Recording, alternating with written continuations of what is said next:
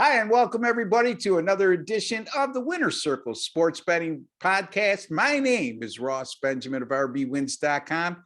As always, on a Thursday, I'm joined by Mr. Doug Upstone of DocSports.com, one of the finest handicappers in the country. Folks, we normally do the NBA on Thursday, but for the month of March, even the ones I do with Chip Chirimbus, we're going to stick to college basketball throughout March Madness. That's where the interest is. That's where our interest is, and we'll make it as entertaining and profitable as possible. Doug, you're on fire, man. 9-0 with your last 9, 11-1 with your last 12, and our videos between me and you, our last 6 have gone 11-1 combined. Obviously, I have the only loss. Sorry about that, my friend. How are you, my friend? Hey, you know what? This is fun, huh?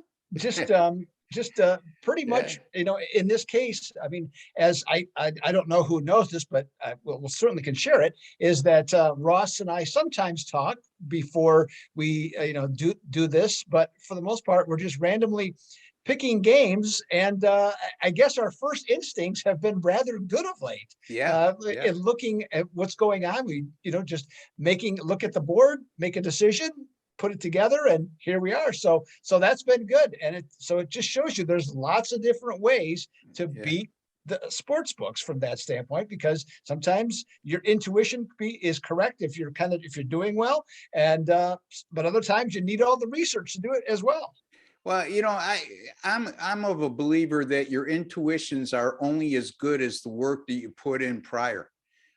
So if you're not following this day by day, if you're a guy that just likes to dabble in once in a while and you're just betting on brand names rather than how teams are this year. I mean, look, a team like Michigan State, who's historically been very good under Tom Izzo, they're struggling right now. So if you were to blindly go in and just take Michigan State, and I don't mean to pick on Spartan fans or Spartan backers or even Michigan State program in general, I'm just making a point that your intuitions, when you do this every day and do it 24/7 the way we do, are going to be a lot stronger than the average bear, so Absolutely. Yeah. No, I agree, especially when you take Montana State against Southern Utah, for example. Yeah, exactly. I mean, that's a perfect example. I mean, and the problem is some people will say, well, I don't know those teams. You know what? I got to tell a funny story here. I told it to you off air, and excuse me, Doug, for repeating. No, go ahead. Okay. It's good. So we did our final NBA video for March yesterday, me and Chip Chirimbus, and we went 2-0. Chip gave out Charlotte. And I don't mean to pick on this gentleman, but he jumps in and says, if Charlotte wins, I'll fly myself to the moon. Well, Charlotte won the game, I believe 119-95 or something. It was a lopsided final score. And this guy his prediction was Cleveland to win by 35. And again, not to pick on that gentleman, but a perfect example, folks. He's looking at the fact Cleveland's 8-1 in their last 9 at home, and Cleveland has also got the better record. It doesn't matter. You have to look at what's going on now and what's gone on recently. You just can't. I mean, that's the thing. There's a fine line between just basing picks on your intuition and then also not doing enough work. So you have to mix it in a little bit. And like I said, if you're doing your work every day, you'll be surprised how much your intuition is better than it used to be. So does that make sense to you, Doug? On top of that, I told him to have a safe trip to the moon. And when he gets back, to make sure he doesn't quit his day job. And I don't understand. You know what I mean? We're 4-0 this week on 2 videos. Me and Doug are 11-1 with our last 6 videos. And people are still questioning us. And you know what? Now I'm going to rant even more. I watch these guys on these shows on Madison Square Garden Network, which I get my local sports channel, and all these betters and whatever the shows are called, Betters Exchange. And, we catch a lot of razzing because of our age, and I see all these young guys, you know what? We're better looking than all of them. We're better handicappers. So wake up, give us a call. Hey, I'm going to be on channel 13 in Rochester. They called me the other day. I'm pretty excited about that. Anyway, Doug, I'm done ranting. You want to add anything to that? No, you're absolutely right. And and it goes both ways. Okay. Yeah. Is that when I was, 25, 30 years old, okay, I pretty much thought I knew everything. Yeah. Okay. And as you get older, you realize that you don't. Okay. So that's no problem. So you have more life experiences when you get older. Yes. Now, if somebody doesn't like somebody that's young, they say, hey, well, they're old, they don't know what's going on. Hey, you know what? Handicapping is changing. There's no question about it. And where Ross and I are today, in 10 years, it is going to be significantly different, okay, than it is today, because like everything, it evolves. Okay. So it's no problem. So you know what? If my thought is, if you think that because we're not youngsters that's a problem, well, you know what? You can always Yeah, turn you this could off. always, there's plenty of blonde models out there that a lot of these sports channels are using for their betting Yeah. videos that you could follow and let me know how you do. Well, Okay? And there's I'm a not new, saying there's a couple women out there that know their stuff. There's no two ways about it. I'm all for women in the workplace, and certainly, I mean, I support my other half who does things professionally as well. So it's not women in general. It seems like the industry is leaning toward the younger people. We get discriminated because of our age. And of course, we're not this beautiful blonde female. So anyway, yeah. Well, I no, got that I off just, it's frustrating, Doug. You know what I'm yeah. saying? Yeah, I'm not as frustrated because I mean it's the natural law of order. Okay, Yeah. everybody, let's face it. I mean, whether it be television, whether it be viewing, people like to see younger people, and right now, primarily, the younger person. When I say younger, in this case, I'm talking under 40. Yeah. That's a lot of the bettors today. Okay, Yeah. and it's a lot of the new bettors. So they're catering Yeah. to that. You know what? I got no problem with that. Okay, but bottom line is what matters most are the results. Okay. Yes, And exactly. so, I mean, that's and what it should be all about, yeah. And so with that results being the and case, knowledge, yeah. And so it's the results. And I mean, you and I are here. We're not doing a show also that is just like super hardcore. Okay. Yeah. We laugh, we do other stuff, we talk about other things like this.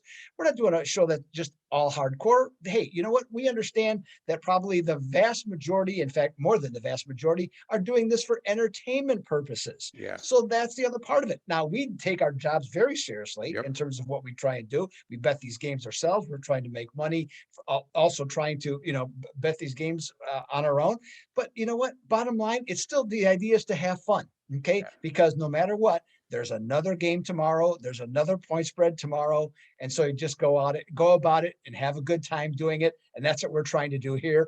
And the more winners that we can supply, well, then that speaks for itself. Yeah. And just understand, folks, if you're new to the channel, we've been doing this professionally for both of us around the same amount of time, the last couple decades, but our history or our experience goes beyond that. Okay. That's when we got into the industry full time, but this is all we do for a living. Doug doesn't have a part-time job, neither do I. So this is where our time is spent, and this is how our money is made. And if we don't do well, we don't last. And if we don't win, we don't get paid. So make your own conclusions. Anyway, Doug, I understand you're going to the Duke, North Carolina game. You spent some money, huh?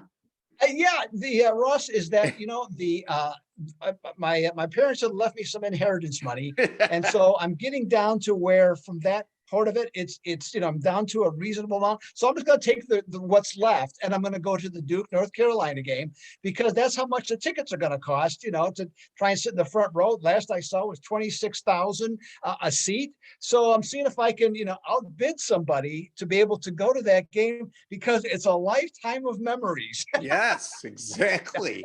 Where else would you rather be? And I mean, you know what? Some student is going to pay for their college education for the next year or two. Anyway. Yeah. So that's, but no matter what though, it's going to be fascinating theater. leading up to the game. I mean, ESPN is pretty much donating a whole day on various networks about it. And it is historical. It's a big deal. It is.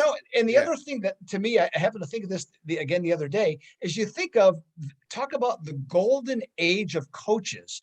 Okay. Yeah. You got Mike Krzyzewski, you have Nick Saban, and you have Bill Belichick, all in their upper 60s or 70s.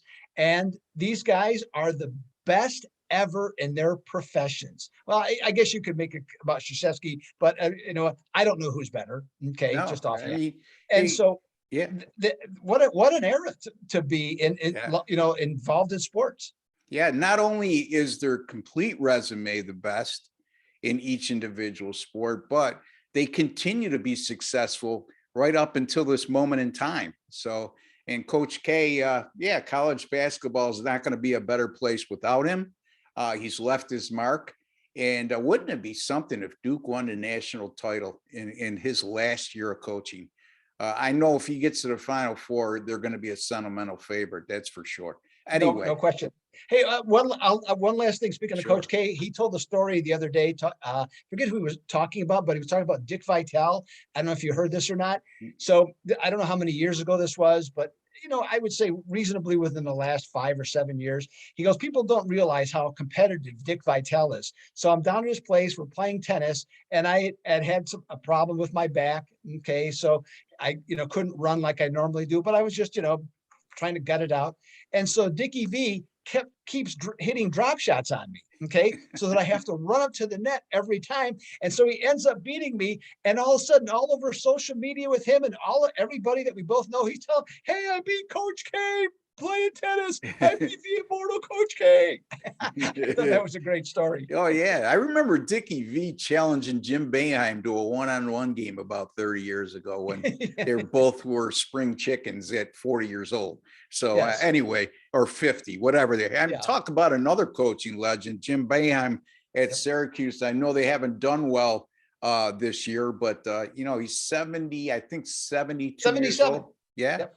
And he has like he said, they were all questioning because now your two sons are graduating this year.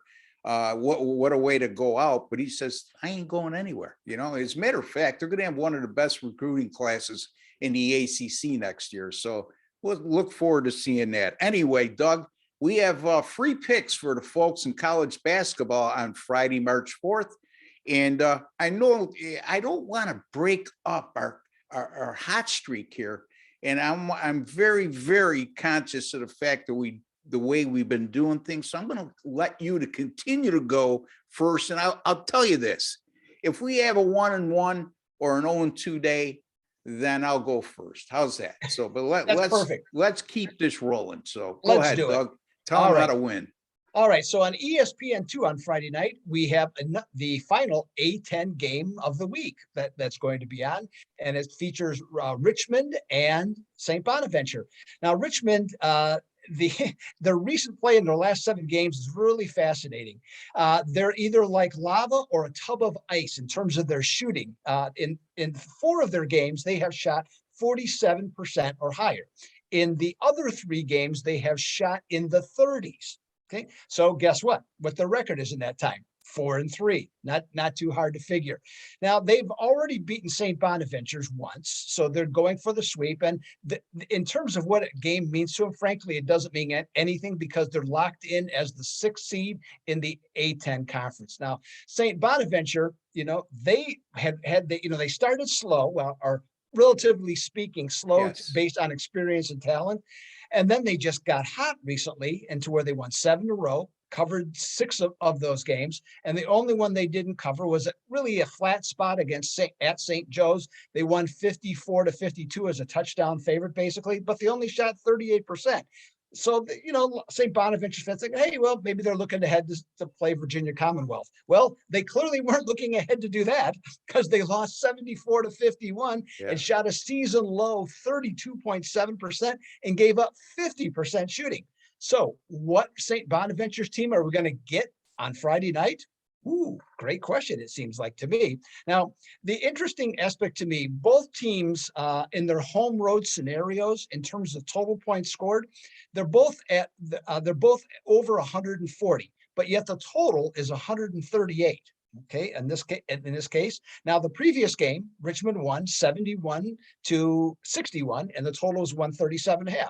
Makes sense then to make that total. Here's the thing, though. Richmond this year is only 2-8 when the total is in the 130s in games that they played. St. Bonaventure now has shot the ball poorly twice. And when they are off exactly 2 games in which they scored 55 or fewer points, Ross, they are 10-2 against the spread. So myself, I'm going to take St. Bonaventure's minus a 3 to step all over the Spiders and exact their revenge. There you go. St. Bonaventure -3 over Richmond. And here's the thing. You said that Richmond's pretty much locked in as the number 6 seed. Richmond has to win the A10 tournament to make the NCAA tournament. On the other hand, St. Bonaventure still has an outside shot. Now that loss in terms of an at-large bid, that loss at VCU and the manner in which they lost certainly didn't help them. But that's the same VCU team they beat by 20-something points at home as well. So St. Bonaventure, you can make a case for them. They need to win out, which I think this is their last game tomorrow. And then, if they get to the conference final, I think they still will have a legitimate shot at an at-large bid. Now, it's going to depend on these smaller conferences, because as we well know, Doug, or I'm sorry, not the smaller conferences, but somebody who would not have ordinarily made the tournament with the regular season resume, I should say, going and winning a tournament in the major conferences. So if that occurs, it's going to make their life a little more difficult. If not, they got a chance. But they've underachieved this year, Doug. And I think this is the time, now's the time to really turn it on if you're St. Bonaventure. So I like it. I like that pick. And how could anybody second guess Mr. Upstone after he's won 9 in a row on this channel and 11 of his last 12? As a matter of fact, how could you second guess me? We've gone 11-1 in our last 6 videos combined. And I'm going to look at Buffalo at Kent State. This is a MAC regular season final for both teams right now as we speak. Kent State is a 1-point favorite. Buffalo's coming off a 92-76 home loss to Toledo, and that was a humbling loss for them. They entered the game on a 9-game win streak, and but even with the success they had prior to that loss, counting the Kent State loss, they're now 0-5 against the spread in their last 5. They haven't exactly been a very good betting value, especially as a favorite. Kent State, on the other hand, they have won 11 straight games. They're 6-0 straight up in ATS in their last 6 at home. They won those 6 home games by, an average of 14 points per game. They've also not only won 11 in a row, but they've won 13 of their last 14, and their only loss was at Buffalo. So it's a good time for some revenge for Kent State, and I believe they'll get it in this situation. This is a Buffalo team that's 18-9 on the year, outscoring opponents by 6.8 points per game. On the other hand, Kent State is a perfect 6-0 against the spread since game 16 of their season, whenever facing a team that's outscoring opponents by 4 points or more. Secondly, Kent State is currently -120 on the money line, and that's what I'm going to go with, because anytime you give me those small favorites, if I can get a money line of 135 or more, I'm going to exercise that option each and every time. And Kent State this year, when their money line parameters +135 to -155, they've gone 8-1 in those situations straight up. This is also a Kent State team 20-9 straight up on the year and outscoring opponents by 6.8 points per game. And Buffalo, conversely, is 3-7 straight up this year when facing opponents that outscore the opposition by 4 points or more. So this sets up very nicely for the home team with revenge. I'm going to take the red hot Kent State Golden Flashes minus 120 on the money line over the Buffalo. Buffalo, I can't even think of the Bulls. That's right. Yeah, good thing I live in this area. Anyway, I was going to say Bills. I caught myself. Anyway, yeah, Buffalo, Kent State minus 120 over Buffalo. And I would say, folks, I would take the money line up to minus 135. If it goes over minus 135, lay whatever the number is on the point spread. And Doug Upstone, he's on St. Bonaventure minus the 3 over Richmond. Doug, tell the folks how you've been doing of late, what you got coming up this weekend, and also where they can find you. Well, they can find me at the Doug Upstone page at Doc Sports. And you made an interesting point, Ross, earlier about now that it's March, it's time to do your best. Well, as it turns out, the first 2 days of March in college basketball, I started 6-0.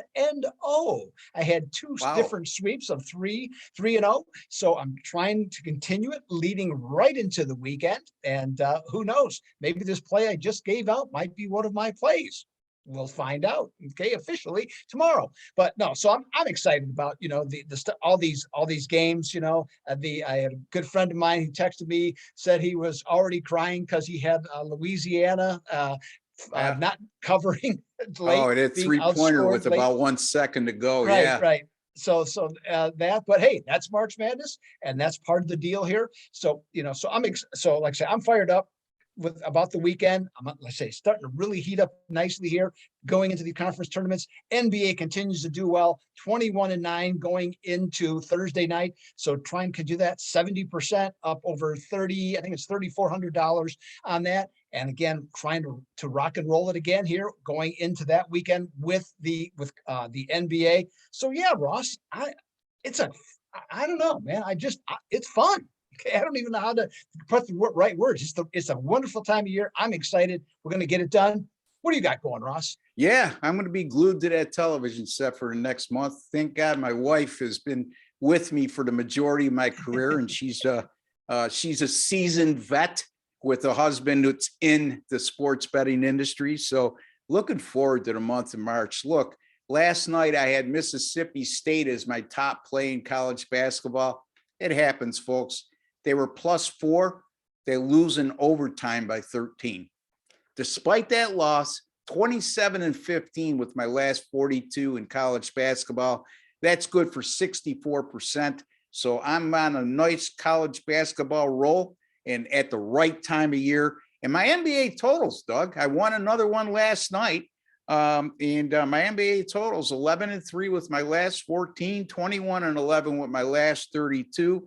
And since January 28th, all of my selections in all sports, 65-44. That's good for 60%. Do the math, folks. You can make a lot of money at that win percentage with that many picks. So again, you could find me at rbwins.com where all my daily, monthly, weekly, annual packages are listed. If you can't find something that suits your needs, give me a call. Then my phone number is plastered right on the home page, and we'll set something up for you for your own needs. Anyway, Doug, any final thoughts before we say goodbye here?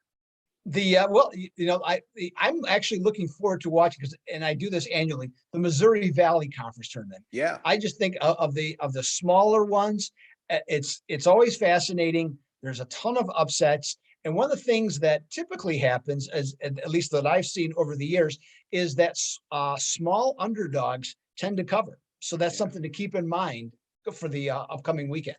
Yeah, Missouri Valley is one of those conferences that a team who's maybe a number 5 or 6 seed can come up and bite everybody else and get a automatic bid by winning that tournament, and then costing a team like St. Bonaventure, as an example, a spot as an at-large in the NCAA tournament. Yep. So something to keep an eye on. Some pretty good teams there too. I mean, Loyola Chicago, historically pretty good over in recent years, although they didn't finish the year real strong. But there's some really, really good teams in the Missouri Valley, and that gets underway tomorrow, as a matter of fact. Loyola and Bradley, and I think Southern Illinois and Drake tomorrow. So Yes. a couple good Missouri Valley games to keep an eye on. One of them goes in the afternoon, one at night. But until the next time, and that would be Monday with Doug. I'll be back with Chip Chirimbus tomorrow for our college basketball Saturday picks. For Doug Upstone and Ross Benjamin, we'd like to wish each and every one of you all the very best. God bless and good luck, folks.